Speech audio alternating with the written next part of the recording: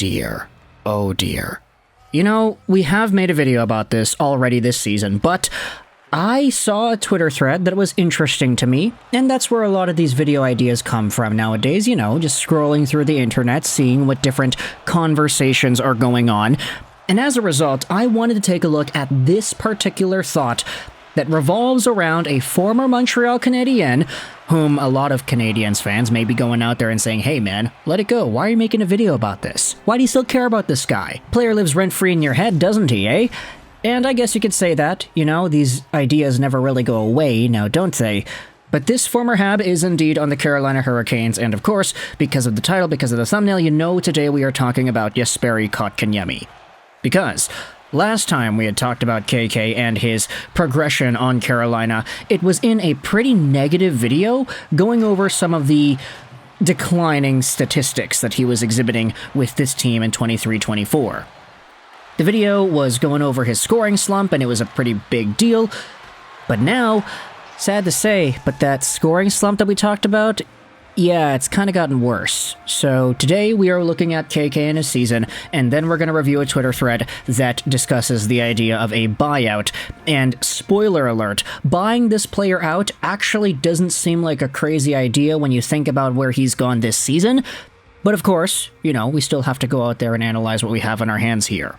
So, Jesperi Kotkaniemi, just for reference, is making $4.8 million a year to the end of 2030. He is still 23 years old, so he's got a lot of time to grow and become better, but you could very well debate the likelihood of him actually doing that. Because this season, in the 46-game sample he has, Jesperi Kotkaniemi has 18 points, 9 goals, 9 assists. He is a -10. He's on pace for 32 points over the span of 82 games, which would be a decline from the 43-point season he had last year. Now, last time we talked about Kotkaniemi, we discussed his role in the Carolina Hurricanes system, and we also talked about how, even though this was a player that was sort of in the middle six of the team, there were some nights he got demoted to the fourth line, there were some days where he wasn't used on the power play or the penalty kill. His role was all over the place with this Hurricanes team. Now, that video that we made last time was published on December 17th, 2023. So, what I wanted to do was go over the game log of Kotkaniemi since then, how many points he has accrued, and just kind of go over another conversation in regards to the money.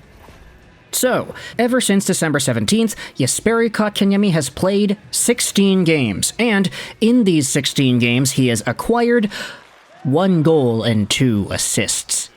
His ice time has started to decline too. At the end of December, he had 2 games in the 9-minute mark, almost at 10, but still just getting to 9. And in his most recent game against the Boston Bruins, he had 9 minutes time on ice there too. Now sure, he has a few games here at 15, 16, 19 minutes even time on ice on the games, but for the most part, KK has been slowly creeping down in both numbers and in minutes. Now, if you go over to the Hurricanes line combinations on Daily Faceoff, you'll see that KK is on the 4th line. This is where we get into the Twitter thread that I wanted to bring up. Big shout out over to Jean-Francois C, who went out there and tweeted this. It popped off pretty well, actually. I saw this post on my Twitter feed. This post is actually from a few days ago on the 21st, but the numbers are kind of irrelevant because ever since the 21st, Kotkaniemi hasn't gotten any points, so the argument brought up here is still relevant. Kotkaniemi only has 5 points in now his last 32 games. The fun part of signing a young player to a long-term contract is the very low buyout cost. Because of his age, Carolina would have a very cheap buyout if they decide to end this experience in 24, 25, or 26. Less than $900,000 a year. And attached is a chart of the expected Jesperi Kotkaniemi buyout numbers should the Carolina Hurricanes decide to do this within the next few seasons. Now you can see that the cap hit applied to the Hurricanes would be in the $850,000 range. It would go to $470,000 for 3 seasons and then bounce back to $850,000 until the end of the decade. And then if you scroll down here, Jean-Francois goes out there and says normally the buyout ratio is 2/3 of their salary. But if the player getting bought out is 25 years old or younger, the buyout ratio is 1/3 instead of 2/3.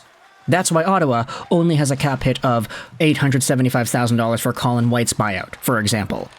This means that for Jesperi Kotkaniemi, he will be owed only 1/3 the remainder of the money owed on this contract if he gets bought out before the age of 25. The team can easily take advantage of this when signing their young players.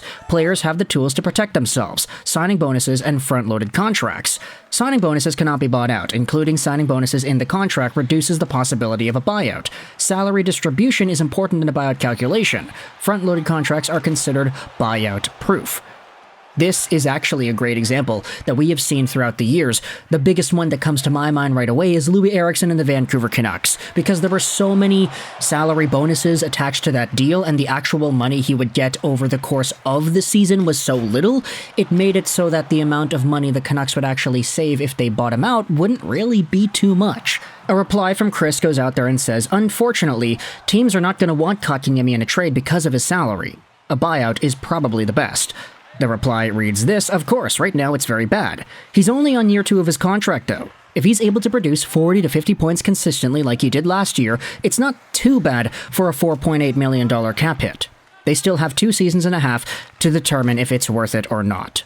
Now, of course, I don't want to go out there and completely crap on some other guy that really is like literally my age. I think we're only separated by a few days on the calendar in terms of birth date. Of course, he's playing in the NHL. I'm not. I'm just some random guy sitting here in my computer chair talking about him. But still, when it comes to KK and the way he has performed this season, a lot of the consistency and offensive prowess has completely disappeared from his game. Even in the comment section of the last video, we did have a few Hurricanes fans just trying to clear the air and say what's going on with this player, and a lot of the sentiment there was pretty similar to what we've been seeing everywhere else. That, hey, KK had a gear last year that he would exhibit quite frequently. It allowed him to get 40 points and almost 20 goals, and if you assume upward trajectory growth out of this player who was only 22 years old at the time, this would have been a season in 23-24 for him to get better. But he got worse, and now he's used less, and he's getting 9 minutes of time on ice some nights, and he's not on the top power play or penalty kill units, and he's on the 4th line. Like, at some point you have to acknowledge that this is a $4.8 million guy on your team that is being used on the 4th line. Sure, there's a lot of growth to be had here, but if next year comes along and Kotkaniemi is still not growing, if 2 years comes along and Kotkaniemi is barely cracking 30 points in a season, then all of a sudden you have to think, is that really worth it to be using this amount on a 4th line guy? Kotkaniemi had a lot of promise, and I still think that somewhere along the line, if he does become like a 60-point top 6 center guy, it's not impossible.